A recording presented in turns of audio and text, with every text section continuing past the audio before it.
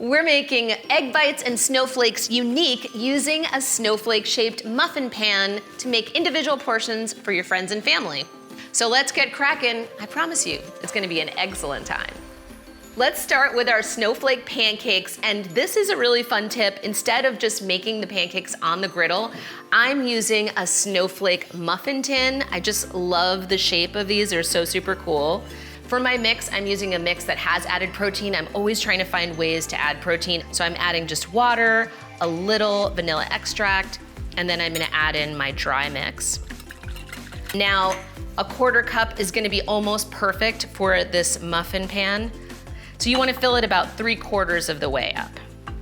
Okay, that looks pretty good. Now I'm going to put it in the oven at 350 degrees for 8 to 10 minutes.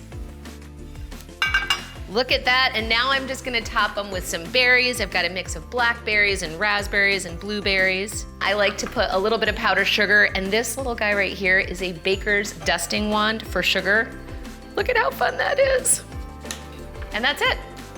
Another way that I like to use my snowflake muffin pan is to make little egg bites. These are so full of flavor. It's got egg and cheese, but my first step is I'm gonna take my peppers and my kale. I'm gonna cook it over medium for about 3 to 4 minutes until the kale is nice and wilted.